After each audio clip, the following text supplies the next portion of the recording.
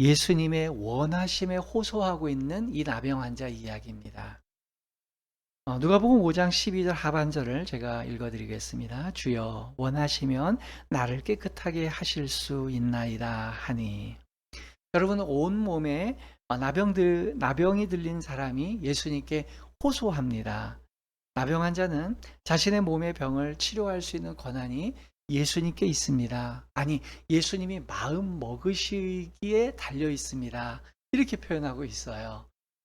그러니까 나병 환자 이 고백에는 저는 몇 가지의 그러한 뜻이 달려 있다고 생각을 해요. 제가 느끼기에 그래요. 첫째, 그는 철저히 그동안 외면당해 오고 거절당해 왔던 인생을 살았구나라는 생각을 저는 해보게 됩니다. 평생 동안 어쩌면 누군가에게 무슨 부탁하는 게 참 어색했던 것 같아, 이분은.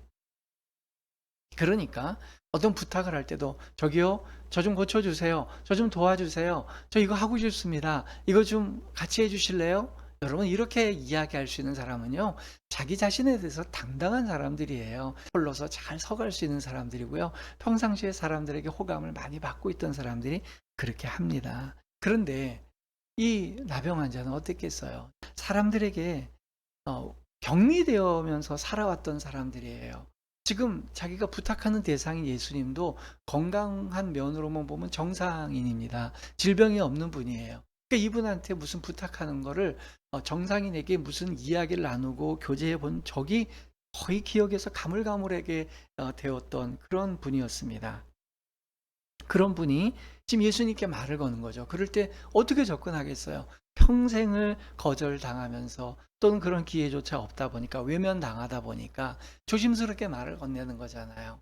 주님이 원하시면 저를 고칠 수 있습니다. 라는 이 말 속에는 물러나면서 다른 사람에게 다가가고 있는, 몸은 그에게 또 그의 요청은 다가가고 있지만 그 마음은 점점 물러나고 있는 그런 측은한 마음이 보인다는 것이죠. 주님은 그런 사람들을 외면하지 않으세요. 우리들 가운데도 그런 분들이 있어요. 만나면 굉장히 적극적인 분들이 있습니다. 대인관계에 있어서 만나자마자 환하게 또 이렇게 웃어주고 하는 사람들이 있어요. 참 좋은 달란트죠. 그러나 이렇게 만나보면 마음속에 너무 반갑고 좋은데 자꾸 마음이 물러나는 분들이 있어요. "아 네. 네. 예." 이렇게 그저 대사 자체가 "네. 네." 요게 다죠. 그 마음에는 무슨 말이든지 하고 싶을 거예요. "아 너무 만나서 반가워요. 이런 얘기도 나누고 싶었고 저런 얘기도 나누고 싶었어요." 근데 막상 만나니까 말이 자꾸만 생각이 안 나고 드리고 싶은 말조차도 자꾸만 기어 들어가네요. 이런 분들이 있잖아요. 주님 그런 분들을 좋아하시는 거죠. 나병 환자가 그랬던 것 같아요. 그래서 그의 인생이 이 짧은 말 "주님이 원하시면 주님 제가 나을 수 있습니다." 주님은 그렇게 눈높이에 맞추고 계세요. 그 사람의 살아오신 삶 자체가 철저히 외면당하고 거절당하면서 살아왔구나. 그러니까 예수님께서도 그에게 꾸지람하기보다는 "그러냐? 내가 원한다.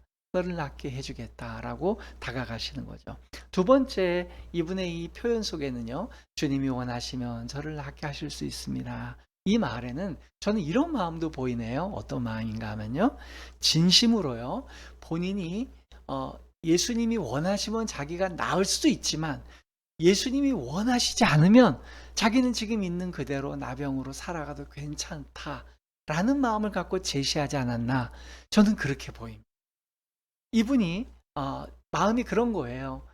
정말로 내가 평생 동안 나병을 안고 이렇게 뭉그러진 몸으로 살고 있었지만 예수께서 병들고 힘없고 또 소외된 사람들을 많이 치료해 주신다니 그러시니 '나 같은 사람한테도 기회가 있을까?' 그런 생각을 해 보시는 거죠. 그러면서 "예수님 원하시면 저 치료해 주실 수 있잖아요. 근데 주님 원하시지 않으면 괜찮아요. 저 지금까지도 수십 년 동안 이렇게 살았는데 앞으로도 제 숙명인 줄 알고 살아가겠습니다. 괜찮습니다. 그러나 주님이 원하시면 나으면 더 좋겠고요." 이런 마음이 아니었을까 싶습니다. 그러니까 주님께서 원하시면이라는 이 말 속에는 그러한 단서가 들어있지 않나 싶어요. 참 애틋하지 않습니까? 저는 그런 마음이 들어요. 그러면 이런 나병 환자의 태도 속에서 우리가 배울 것이 무엇이 있을까요? 저는 그렇게 생각해요. 되던 되지 않던 예수님께 한번 다가갈 필요는 있다고 생각을 해요. 내가 생각해 봐서 저분이 나를 거절할 거야. 아유, 저 사람도 나를 외면할 거야. 이렇게 생각하고 미리 짐작하지 말고 그냥 되든 안 되든 한번 들이밀어 보는 거예요. 주님, 한번 고쳐주세요. 그래서 거절당하면, 아니, 이제까지 그렇게 살아왔는데 뭐 달라질 거 없잖아요. 계속 그래 살면 되는 거고, 그게 내 숙명이려니 받아들이면 되는데, 주님 앞에 요구하고 요청했는데 깨끗해진다면 그걸로 감사하잖아요. 저는 그렇게 받아들였으면 좋겠어요. 여러분, 이것은 예수님의 마음이었습니다. 예수님이 이런 태도로 주님께 나오기를 원하셨어요. 예수님께서도 일찍이 그런 말씀을 하셨죠. 마태복음 11장 12절을 제가 소개해 드립니다. 세례 요한의 때부터 지금까지 천국은 침노를 당하나니 침노하는 자는 빼앗느니라. 야, 우리 예수님이 굉장히 멋진 표현을 하셨어요. 천국은 침노하는 자들의 것이래요. 가만히 기다렸다가 천국이 내가 이제 죽으면 천사 와서 날 데려가겠지, 이게 아니라 천국은 나의 온 존재를 다해서 천국을 사모하고 천국의 기준에 맞게 살도록 노력하고 거기에 정말 최선을 다해서 앙망하는 자들의 것이라는 거죠. 그런 의미에서 저는 이 나병 환자는 천국을 침노한 자라고 생각해요. 그냥 수많은 나병 환자들이 있겠지만 그들은 그런 생각했을 거예요. 에휴, 나 같은 나병 환자들은 격리되어 있기 때문에 예수님 같은 정상인한테 가면 안 돼.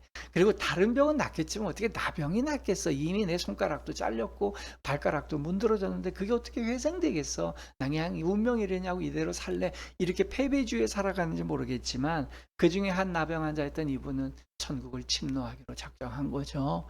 예수님이 오셨을 때 내 곁을 지나갈 때 이 기회를 찾고 싶은 거예요. 주님, 저에게 기회를 주세요. 저는 주님의 나라에 들어가고 싶어요. 주님의 기억에 남고 싶어요. 주님이 만져주신데 제가 참여하고 싶어요. 여러분, 그렇습니다. 천국은 침노하는 자의 것이에요. 이것은 비단 신약 성경에서의 가르침만은 아닙니다. 구약 성경에서 예수 그리스도를 의인화해서 빗댄 것이 바로 잠언서에 나온 지혜예요. 잠언서가 소개하고 있는 지혜는 우리가 생각하고 있는 뇌 속에 있는 지혜가 아닙니다. 이 지혜는 말도 하고요, 인격을 갖고 있어요. 잠언서에 있는 지혜는요. 그 지혜는 성자 예수 그리스도를 지칭하는 그렇게 하나의 상징과도 같은 거예요. 근데 성경이 어떻게 얘기하는지 아십니까? 잠언서 8장 17절을 제가 소개해 드립니다. 나를 사랑하는 자들이 나의 사랑을 입으며 나를 간절히 찾는 자가 나를 만날 것이니라. 여기에서 나는 지혜입니다. 그리고 더 2차적으로 더 궁극적으로는 예수 그리스도를 지칭하고 있습니다. 여기서도 그렇게 얘기하고 있어요. 나를 사랑하는 자들이 나의 사랑을 입으며 나를 간절히 찾는 자가 나를 만날 것이다. 네, 간절히 찾는 자. 내가 불치병을 낫고 싶어 할 만큼의 그 간절함, 내가 죽을 병이 걸렸는데 그것을 치료받고 싶어 할 만큼의 간절함, 그 간절함으로 예수 그리스도께 다가갈 때에 주님은 반응해 주신다는 거예요. 저는 그런 의미에서 신앙의 궁극적인 주제는 나의 원함을 하나님께 강요하는 것이 아니고요, 하나님의 원하심에 나를 강요하는 거예요. 무슨 말인지 알겠죠? 내가 원하는 게 있는데 그걸 하나님을 강요해서 나의 원함을 도와주십사 하는 건 신앙이 아니고요. 그건 종교고요. 하나님께서 원하시는 게 있는데 그 하나님께서 원하시는 바에 나를 강요시키는 거예요. 하나님의 원하심에 동참할 수 있도록. 그게 신앙입니다. 종교는 내 원함에 신을 동참시키는 거라면 신앙은, 기독교 신앙은 하나님의 원하심에 나를 동참시키는 것입니다. 그러므로 우리 마음속에 그런 마음이 있었으면 좋겠어요. 우리가 하나님 앞에서 정말 주여 원하시면 하는 이 호소하는 신앙이 우리 가운데 있었으면 좋겠습니다.